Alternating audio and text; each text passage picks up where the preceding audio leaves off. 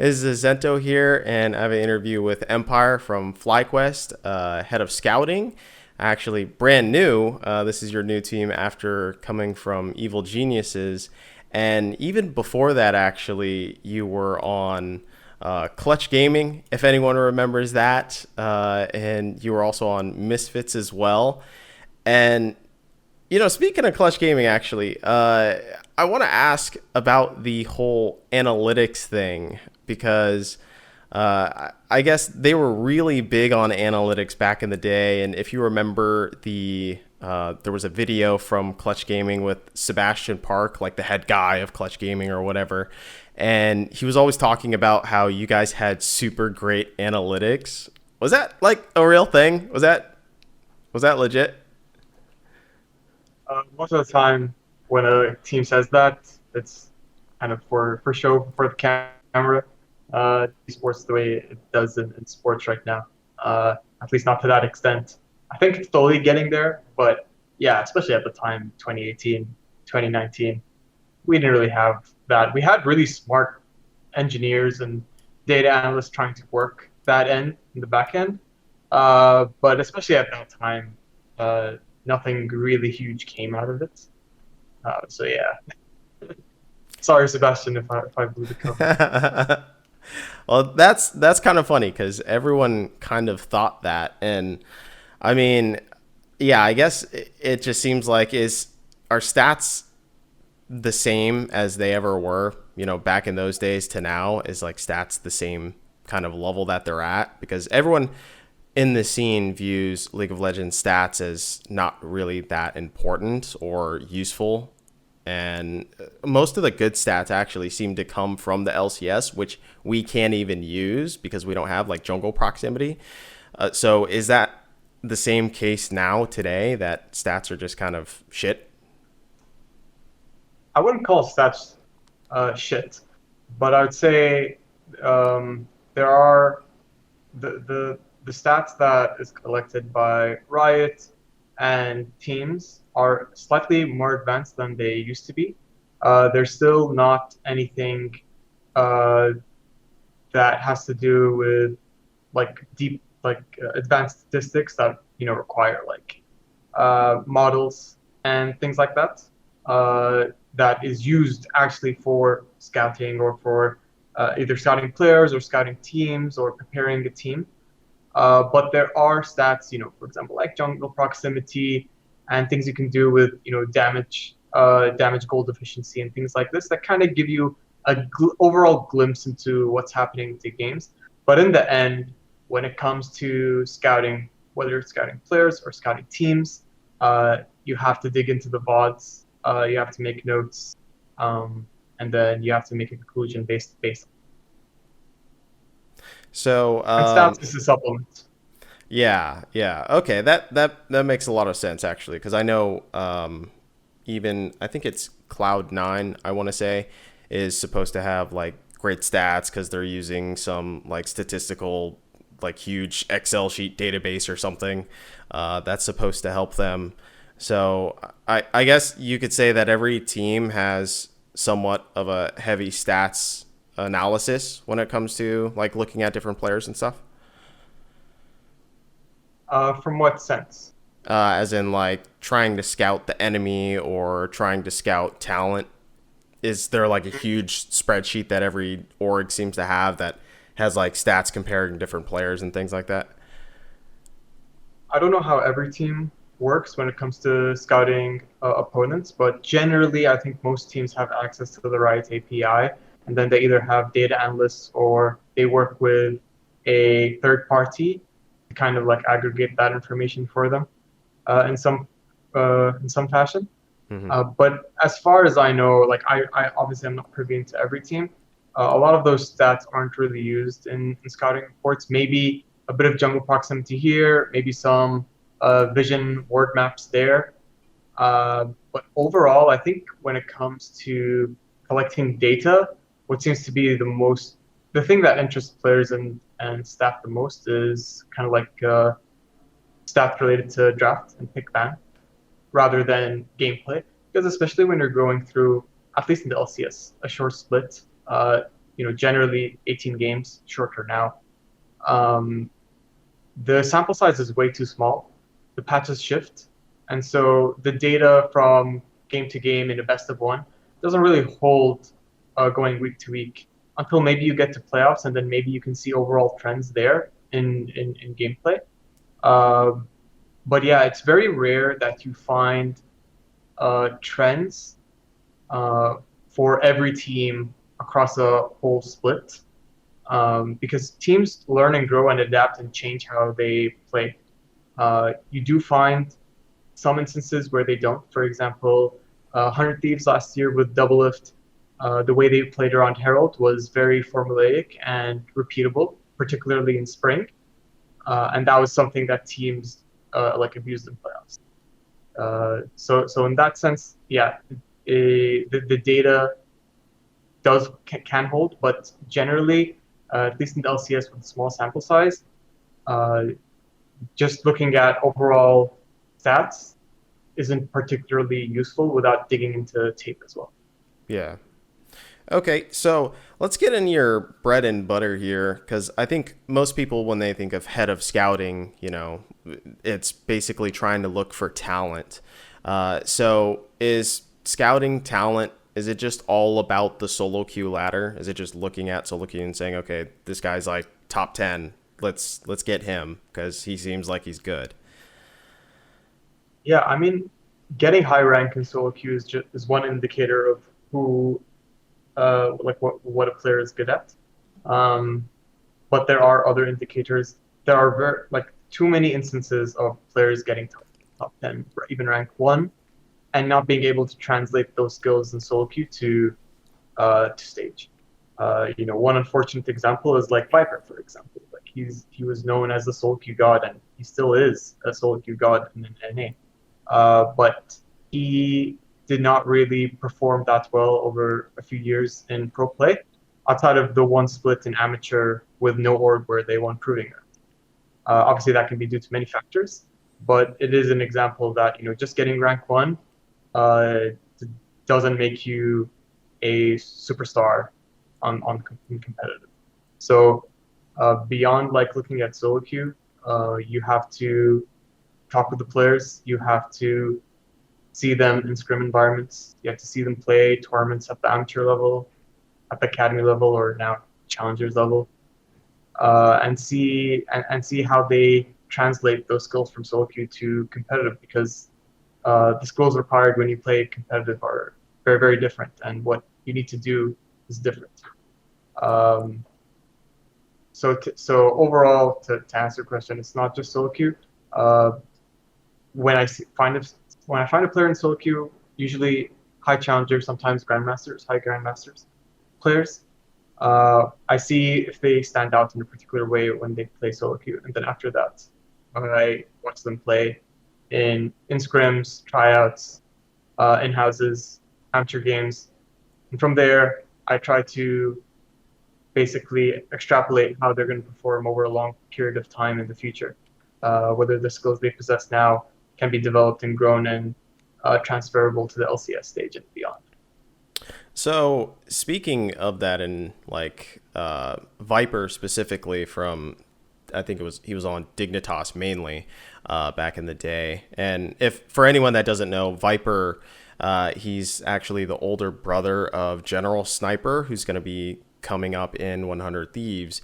And he had the problem back in the day of basically being a Riven one trick, and I think he had some Jace in there as well. And he was very dominant in the challenger ladder, and he would get rank 1 and just stomp everybody. But the problem was when he entered the LCS was he really didn't look too hot on any other different picks. And it wasn't particularly the picks that were the problem, but more so his play style seemed to be just super aggro and in your face, and it just couldn't translate that well. So speaking of that, how do you value a champion pool from a prospective talent on solo queue ladder? Is like, should they have 5 different champions that they play, 6? Like, do you just not look at one tricks anymore because it seems like everybody's been getting burned by them? Or how do you look at a champion pool from a scouting perspective? Yeah, I mean, I think one tricks, depending on the champion they're playing, can learn to play different champions, and it can translate really well to competitive. Like, I mean, like I think Riven players, Fiora players, UNA players, Yasuo players, if they have the capacity to learn other styles, then what they're good at can extrapolate really well to the LCS stage. Um, Obviously, if they're playing a champion like if they only play Sona or Soraka or Yumi, they're not really interacting with the game at a level that translates to competitive. If you think about how those champions operate uh, from game to game, compared to another champion like Thresh or Alistar, or even enchanters like Nami or Lulu that require a bit more finesse in lane. Uh, and those champions kind of are able to translate more at a better level to the LCS stage. Um, so for me, champion pool doesn't matter too much. It's just kind of like what champions they play, and if you tell them, hey, try playing these other champions, and if they have the capacity to learn those champions, then they have a solid base of becoming a good pro player. I'm trying to think of an example. For example, like there's a recent amateur player who's doing really well at the collegiate level and the NACL OQ level called Denethor. He used to only play Camille, and in the last 2 years, the first year after I talked to him, he started playing like Gnar and Sejuani top when that was kind of popular, and now he's expanded that to Jace and Jax, and I'm seeing him play Kennen now. So that's an instance of a player who used to only play one champion and was able to get that champion, into challenger, being told, "Hey, try these other picks, see what happens." And they put in the grind, they showed the capacity to learn and improve, and play those champions. And I think he's one player who probably see at the NACL level by summer or for sure next year.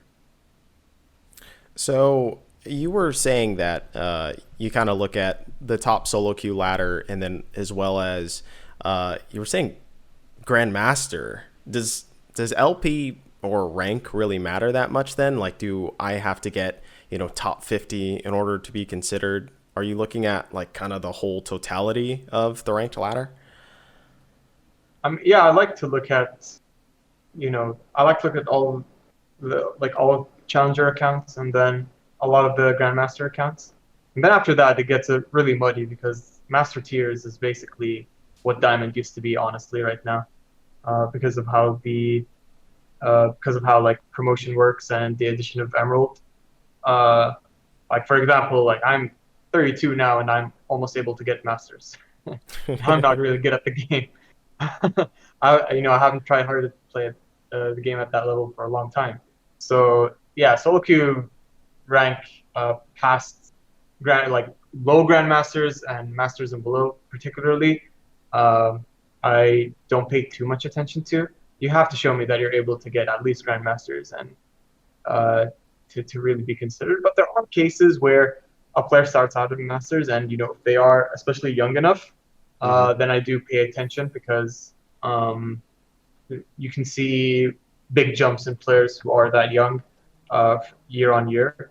But if you've been playing the game for several years and you're 22 years old and you can't get out of masters, then it's hard for me to give you a fair shot. You'll have to try to prove to me that you're good enough by sending me your VODs from amateur games, in houses, tryouts, things like this, or it's like going to be really hard to find you in the sea of master tier players. So speaking of that, I know age is a big thing in esports, right? People consider over 25, it seems like, as old in esports. And, some people are saying that, of course, your reaction time slows down, especially when you get into your 30s and stuff.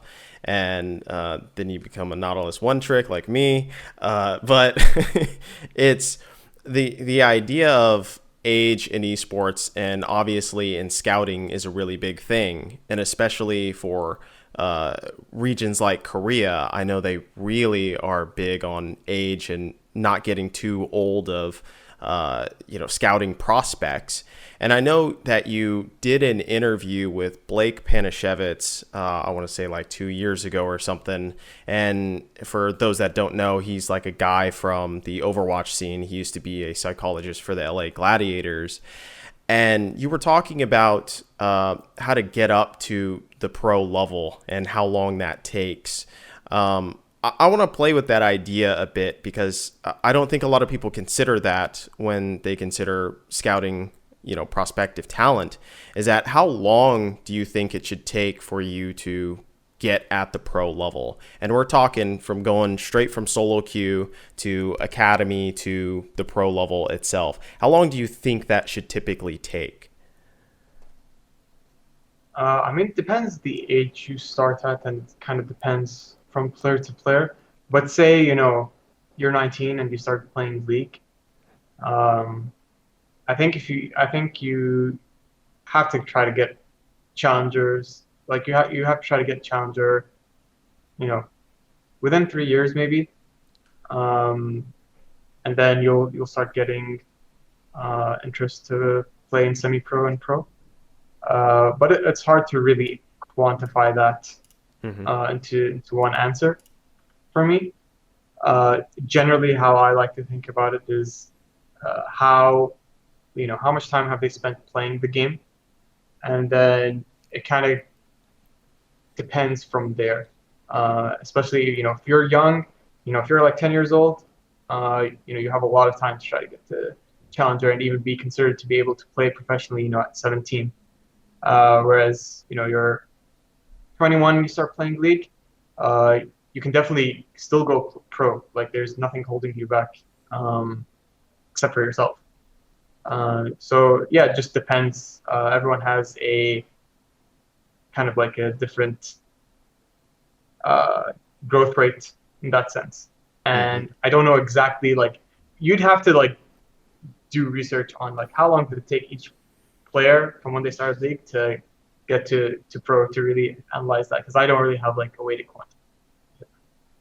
Yeah, because I know some players, they will be stuck in academy and then they'll bump up to the LCS and realize, oh, this is like a completely different ball game, and they'll go back down and then they'll sit there for a little bit and then go back.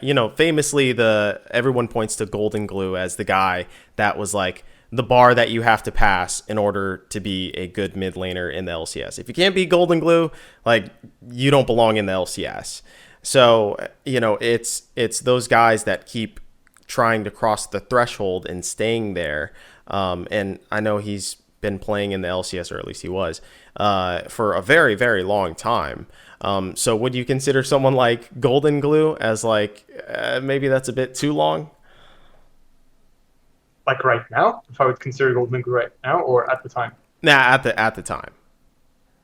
At the time, no, like it just it like he was really a capable player at the high end academy and low level LCS. It was never really consistent for him, obviously, and I don't 100% know why that was. But overall, it really depends on the player, because we've seen players that get sent back down to academy, and then they're able to get themselves back up. Obviously, if it happens too many times, like uh, like if you spend way too much time in academy and teams don't really pay attention to you, then that there then comes a personal choice, like do I keep going or not?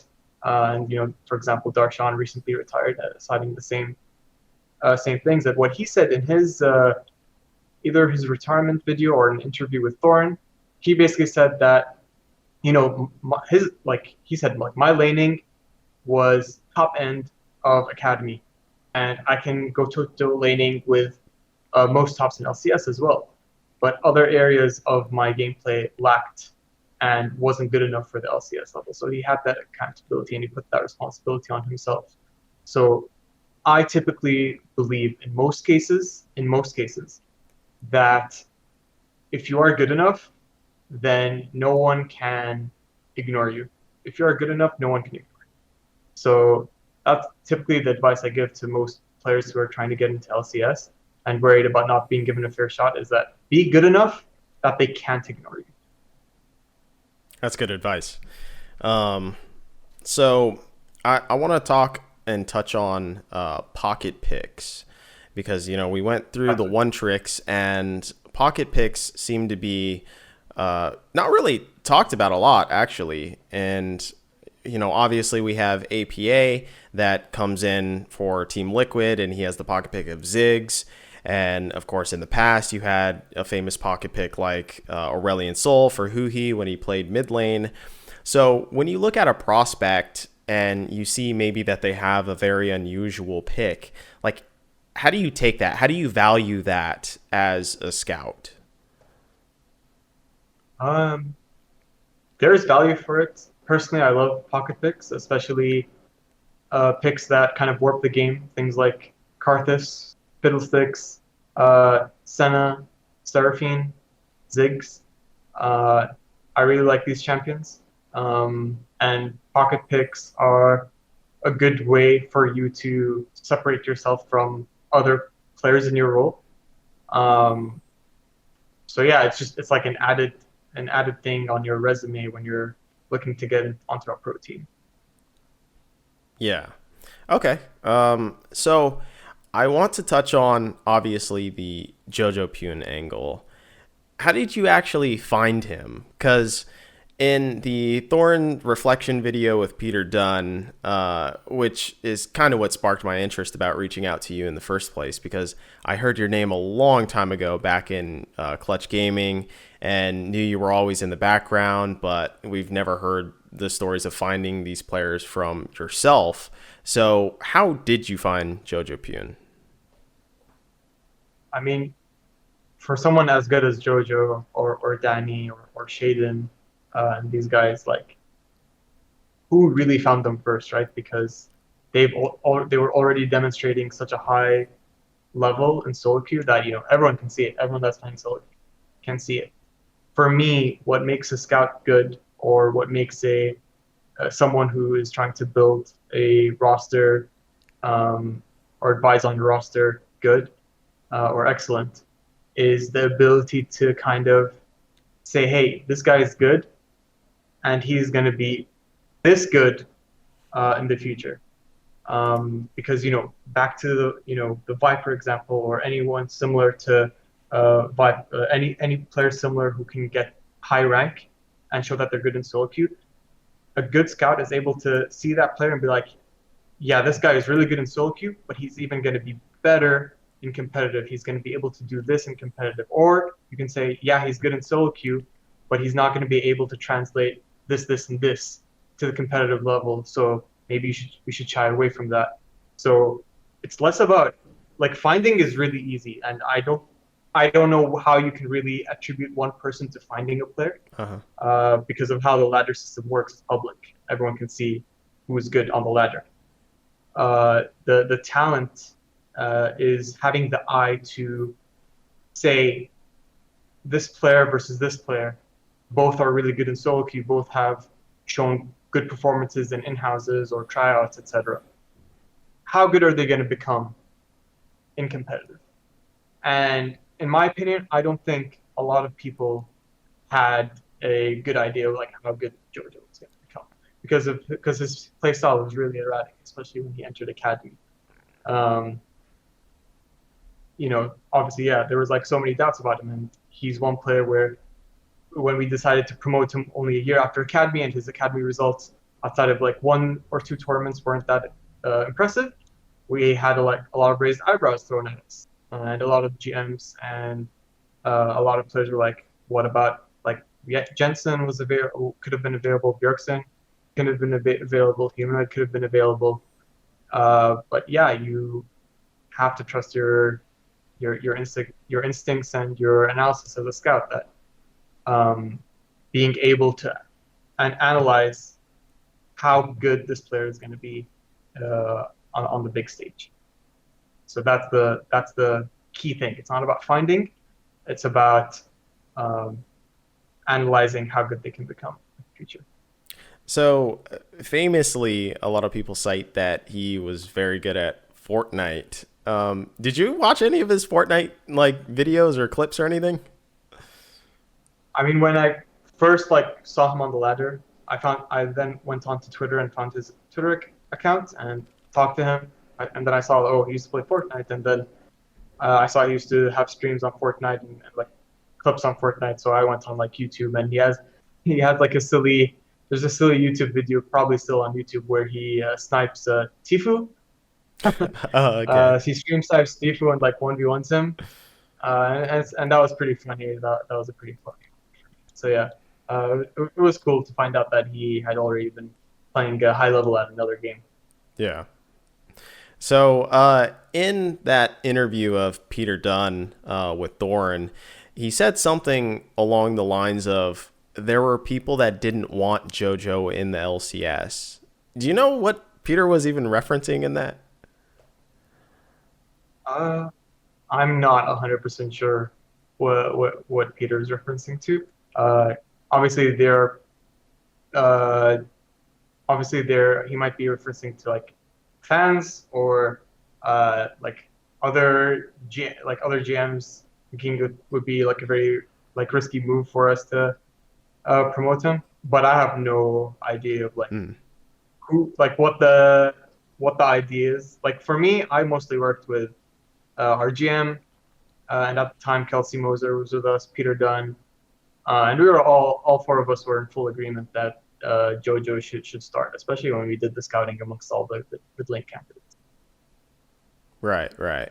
Okay, so I want to talk a little bit about Danny. Danny, of course, famously skipped the academy system. Why was that? He was just too good to play in academy. As simple as that. Was it just it's maybe easier to evaluate an ADC, or he was just super cracked more than the other ADC? Because when you typically think of an ADC, you're just like, okay, they just click on minions and then they kind of click on heads in team fights and stuff. So was he just really good as a team fighter, or because famously, of course, in the LCS, he was really good at team fighting. Did that appear in the solo queue ladder when you were looking at him? Yeah, like I mean, the first time I watched Danny, uh, it was like just the first time I watched him, I'm like, this guy is incredible. Like there's no reason this guy isn't going to become amazing. And yeah, the first time I watched him, he mostly played Kaisa and solo queue, and this was back in I was still in Clutch, I think 2019, and he used to duo with Tarzan, infamous streamer Tarzan. Mm-hmm. And then he took a break for like a year and a half, and then came back um, onto playing on the small amateur team called Zenith. And their coach DM'd me saying, "Hey, you want to look at these prospects and possibly sign us?" Because this is when we started. I was pushing EG to form an amateur team for the 2021 season. Um, and yeah, so I checked out their scrims, and then I'm like, wait, who's this guy? Like, I think his IGN, his solo queue IGN was set X Aphelios or something. I can't remember exactly. Um, and then he's like, oh, that's Dan. And I'm like, oh, Dan. Like, wait, you mean Dan Kaisa? And he's like, yeah, Dan Kaisa. And I'm like, oh, I'm so happy that this guy decided he wants to pursue pro. Uh, and yeah, I mean, like Danny, he just was so good at team fighting. It's legit the way he plays team fights is an art form. And it's hard to like, I don't think any other Western player has ever team fought the way Danny team fights, or team fought. And legit, like still to this day, It's he pretty does, good. unfortunately not. It's like unfortunately he doesn't play anymore. So I still to this day go back and watch like LCS VODs, amateur VODs, scrim VODs, and try to remind myself of how good he was. So you touched on Tarzan, and for people that don't know, Tarzan, he was, or I think still even is, a really high-ranking challenger player. He's most notable for Graves, of course, where he climbed up to, I think he got rank one multiple times, in fact. Didn't he duo with Danny to get to rank one, right? Like that was like 1 year that he did that. I think so. I think that's right. Okay. So speaking of Tarzan, how much do you value attitude when it comes to players in the solo queue ladder? Like, how do you even judge someone's attitude when you're trying to scout a prospect? At the amateur and the academy level, I do not weight it heavily unless the attitude is so bad that they're toxic towards teammates and they're a detriment to the team in that sense. Um, and I don't like to label players as like toxic or whatnot. Some players have more difficult personalities or more direct ways of speaking than others, um, and that's fine for me. Especially at the amateur and academy level, like a lot of these guys are still kids, and they're still learning how to be human beings and growing up and playing in amateur and academy, and teaching them and training them is the goal is to turn them into a professional that can play uh, at an LCS level, not just in terms of gameplay, but as a teammate. Uh, so for me, particularly in amateur and academy, it's fine if they have somewhat difficult personalities or personalities that aren't so easygoing, but we try to work with them on that so that they're able to learn how to use their personality in a more effective and beneficial way on the LCS stage. So I've noticed that junglers seem to be the most toxic out of all roles in solo queue typically. Do they kind of get like a free pass for you of just like, all right, I know that this person's going to be a little bit more toxic than every other role. Like let me take it easy on him when he comes into the team. Uh, no, I mean take it easy on him in terms of like evaluation or in terms of Yeah, because of course, a jungler is probably going to be communicating more in solo queue and whatnot when they, of course, are viewed or scouted. And so I typically would think that a jungler would have more negatives, I guess, when it comes to their attitude or how they're viewed and whatnot, especially famously of all the junglers that have come into the LCS, like Dardoch is one of the famous ones, of course, or Tarzan not getting into the LCS because of his attitude, of course.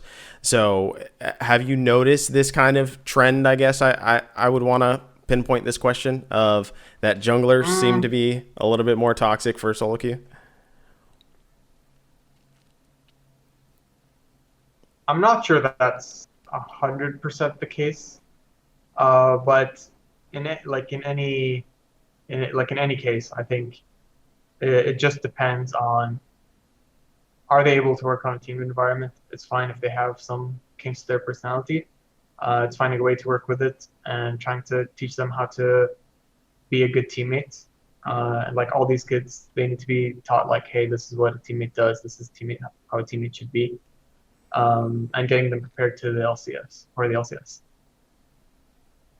So, talking about the solo queue ladder, NA is famous for having a terrible solo queue ladder and terrible server population. Uh, how do you, I guess, view North America in terms of their solo queue ladder? Do you think it's more difficult to scout talent on rather than like you might be looking at the EU ladder, of course? I think it definitely devalues the NA ladder in some way, uh, compared to other ladders. But overall, uh,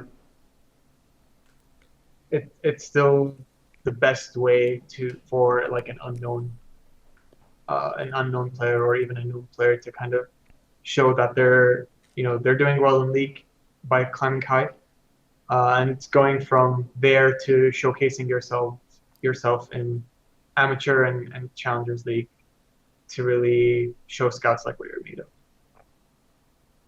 So, North America, of course, like I was saying, is considered a very small server in terms of population. And people are saying that there's no North American talent. Like, what are you talking about? Challenger is all streamers at the top and one tricks and whatnot. What's your opinion on the top end of NA Challenger solo queue ladder? Is it really full of one tricks and full of streamers? Uh, I mean, there's a decent amount of players trying to make it professionally or collegiate players. Obviously as well as LCS players and challenger players. Um, the quality is obviously lower because of the ping.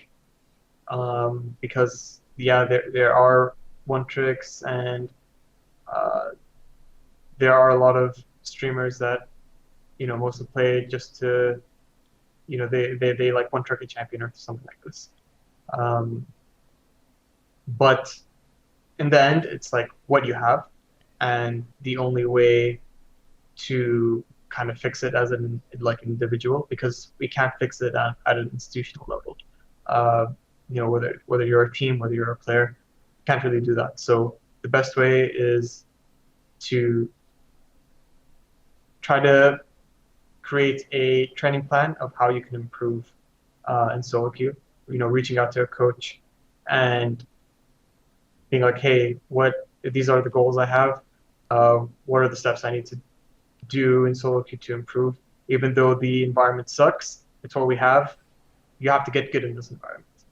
Uh, so you still have to try your best, and you still have to have a growth mindset, even in a shitty environment. It's the same way in real life. Not everyone is given the best opportunities to succeed. The best, not every, which we think about it about like about schools, like high school and college. Not everyone is given not everyone studies at the best high schools, um, and not everyone studies at the best colleges. So you just have to do with what you have a growth mindset, do your best, try to train as hard as you can, and you'll make it out. See, and Like I said, you have to be good enough that no one can ignore you.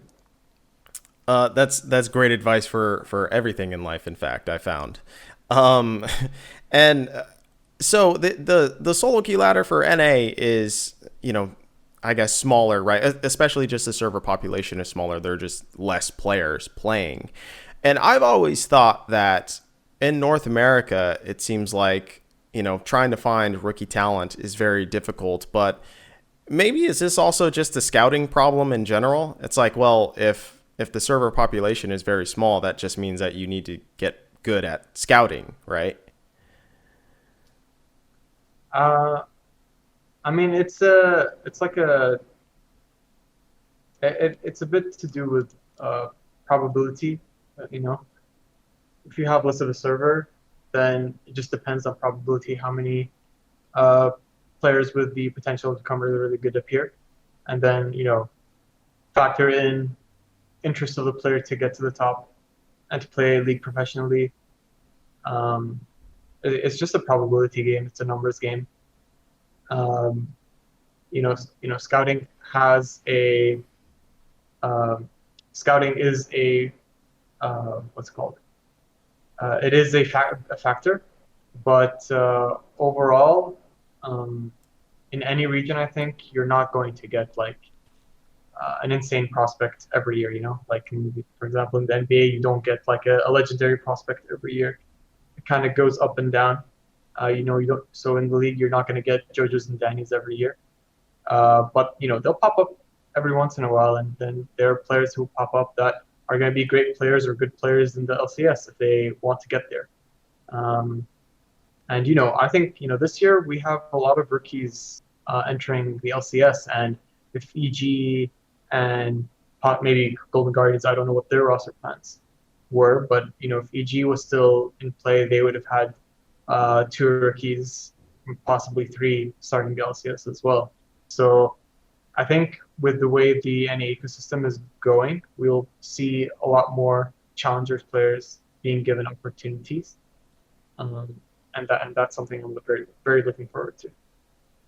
So, us not having a lot of prospects every year is certainly a reality. And when you look at regions like the LPL, for instance, they have something like 12 or 15 servers. So it's not really hard to pick from the top 100 of each server and kind of cream off the top of it. But when you look at something like a LPL region or an LCK region, as someone from the West, how do you even parse any of that information? Like, how do you build a connection, I guess, as a scout when looking at another region? Do you have to talk to other scouters? Do you just do it yourself and you kind of look at the solo queue ladder and start viewing different games? Like, how do you even do that? I mean, the chance that you can sign a upcoming Chinese or Korean player from their ladders is like almost zero, particularly with the NA ecosystem right now. Like, we don't have the monetary spend to kind of uh, pull them over staying in their own regions, obviously, on top of like other factors. A lot of these players, like literally, like the scouts in Korea and China goes through the ladder and adds every player and ask them how old they are, et cetera, and gets them into their combines, into their in houses, and then signs them into uh, their amateur team or their academy team. So the West, whether it's NA or Europe, has like no chance and almost no chance in being able to uh, sign those players unless they are not wanted by the Korean teams or the Chinese teams. But besides those, I do watch the amateur teams and the academy teams in the off chance that there is someone that's really good. And if an opportunity presents itself that the team doesn't want to promote that player and the player is interested in playing abroad, then the opportunity is there. And that's why I keep an eye on the academy league and the amateur leagues in those regions.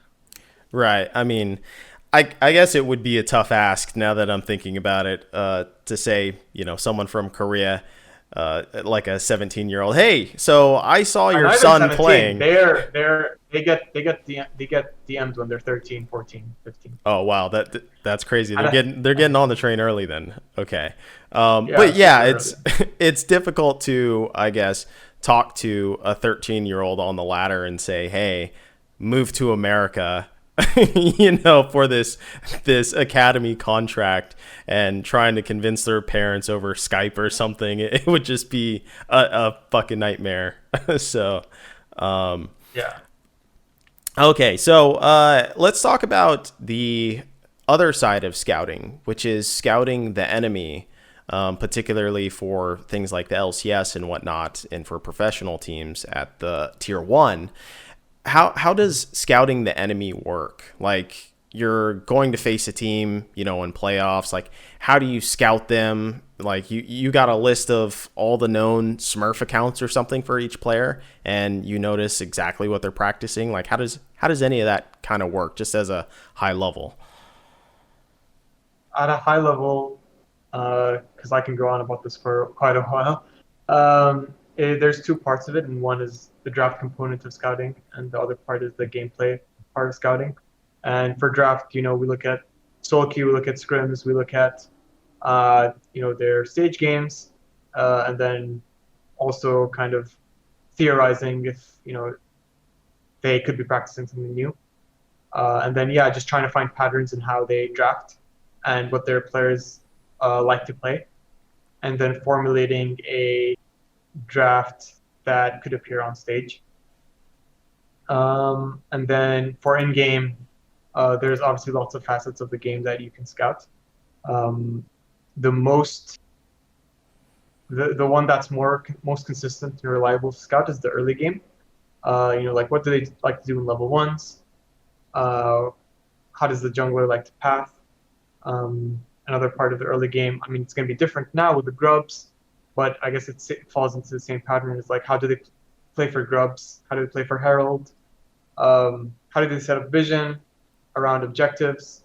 Over enough time and having a big enough sample size, you can see how much they like to do a certain thing in a particular way and try to ascertain what patterns they consistently do. But like I mentioned earlier on the interview, at the start of the season, and particularly because it's best of ones, 18 games, shorter now in this new format, there isn't going to be enough data to kind of ascertain patterns unless seriously a team is just doing one thing over and over again. And rarely does that happen. I would say maybe it happens, I mean, not that rare. I think it happens maybe 20% of the time, maybe 30% of the time. But it's not like a good idea because it gets found out very quickly if you try to do the same thing over. So So yeah, overall, that's what it is. I guess, especially in spring split, and especially this year, in fact, with all the different changes, even to the map structure itself, things are going to be a lot different. And you can even look at solo queue, for instance. We're not even going to have a whole lot of solo queue time on this patch before even the professionals start playing it. But does that also get taken into consideration when scouting? Is just, okay, what are the new builds that are coming out, item builds? What are the new jungle pathings that are coming out? Do you have to do things like that as well? As a scout, I mean, like for me personally, I wear different hats for all the organizations I've worked for. Uh, I call myself a scout, but I'm also an analyst. Uh, I also like an assistant in some ways where I help the GM with certain tasks. I help the coaches with certain tasks. Um, but generally, uh, all the people working on coaching staffs have a hand in trying to ascertain the more technical side when it comes to like champions, how they work, their builds, and how they play out in game. And sometimes there is someone on staff who is more dedicated to itemization and who is maybe more knowledgeable or more creative, or has a more of an intuition of how builds work. I know one example is like Vagar V2 on Cloud9. He's a huge theory crafter when it comes to builds and champion picks. So sometimes you have those people on staff who kind of specialize in those areas. But yeah, generally everyone has a hand in it, and then it just depends on the person what they specialize in. For example, for me, I think I like to, besides like scouting, I like to specialize in draft because I've just watched so much League of Legends over the years, and a lot of things get recycled. So I have a lot of past knowledge about how lanes work out, how comps work out, how champions interact, and I use that knowledge to assist the coaches and assist players. So yeah, speaking of that, of item builds, there's been a lot of flack for item builds over the years, especially, someone like LS is obviously vocal about incorrect player item builds and stuff. And I know that you also did an interview with someone, and you said that you were looking into player item builds and whatnot. So now, from the sounds of it, it's not rather that players will get a overwhelming advantage by optimizing their item builds generally. Most of the time, this is like players don't build egregiously bad build paths anyways, but a 5% optimized increase is an advantage, that they didn't have before. And at the professional level, I think LS's point is that it's a bit inexcusable, I guess, for players building so poorly. So what's your opinion on like pro player builds generally? Yeah, I generally agree with the LS camp. It's an optimization that every player should take advantage of, and it's a skill by itself. Learning how to itemize, it's a skill in itself. It's different than knowing how to pilot lane phase, how to pilot team fight, how to do lane assignments, how to set up around objectives. It's its own skill, and players need to put time into that skill. And if you just copy what another player builds, it's a cheat sheet. Uh, you're not putting much thought into it, um, and you don't know why the players are doing that sort of itemization that you're copying from. Obviously, typically the copying comes from players in LCK and LPL because they do play at a higher level. They are generally better teams. Most of the time, if not all the time, they are better. But just because they're better in the game doesn't necessarily mean that they're better when it comes to itemization. And this is an area where I don't think we should blindly copy. And like what Ellis says and others have said, we should think about it more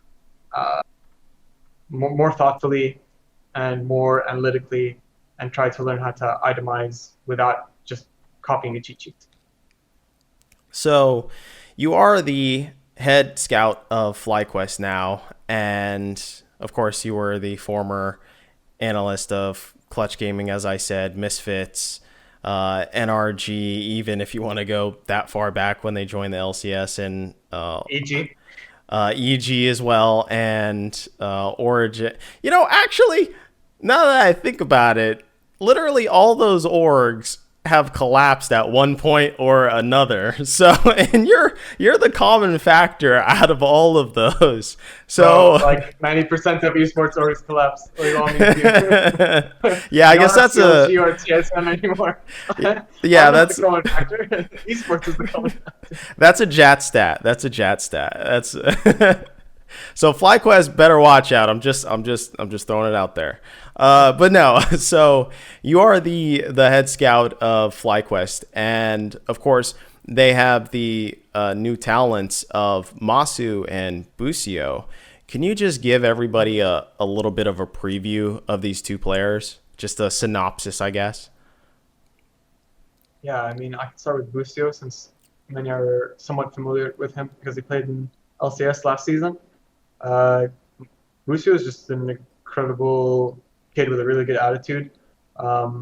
He is very creative and likes to play the game in a very aggressive fashion, likes to play make, likes to make games spicy, likes to be creative with his picks and his play. And that's why I think, over time as a support, he's going to scale really well into becoming a top LCS support and a top LCS player. Because he has all these tools. He really likes to. I really like players who entertain with their gameplay. It's like an added bonus, and he's someone who definitely does that with the way he plays. Massu, similarly, he was in the FlyQuest system last year, is a player who will entertain. He is probably one of the most aggressive ADCs in any history in my book. He is someone who also is very creative in Academy or Challengers last year. He played a lot of different picks, a lot of spicy picks. He's played Kog'Maw, played Karthus. By the way, AP Kog'Maw, not on-hit Kog'Maw. Wow. Karthus, Ziggs. I think he played Yasuo as well. On top of all the traditional marksmen, he's a team fighting monster. But he is a rookie. And similar to all rookies, when Danny first came in, when Jojo first came in, all these players, when you're a rookie, you're gonna make mistakes. And I expect Massu and even Busio to make mistakes. Like they're very early on in their careers. Massu has only played a year in Academy and like half a split in amateur. Before now joining the LCS. So they're gonna make mistakes, but those mistakes are going to be critical in shaping them into top players in the league. And I fully believe that both these players have what it takes to make it to the top. And, the reason why I joined FlyQuest is they still believe in the NA ecosystem. They retained the Challengers team. They promoted Massu. They agreed, they wanted to bring in Busio. And it's a project that looks towards the future and not just a win now mode. And yeah, that's why I'm super happy to be at FlyQuest. I'm super happy to have all these players on this team that are playing, and uh, they're all players that love to showboat and love to entertain, and I think they're going to play really fun. All right. Well, thank you for your time, Empire, and best of luck to FlyQuest and best of luck to the 2024 season for you. Thank you, thank you.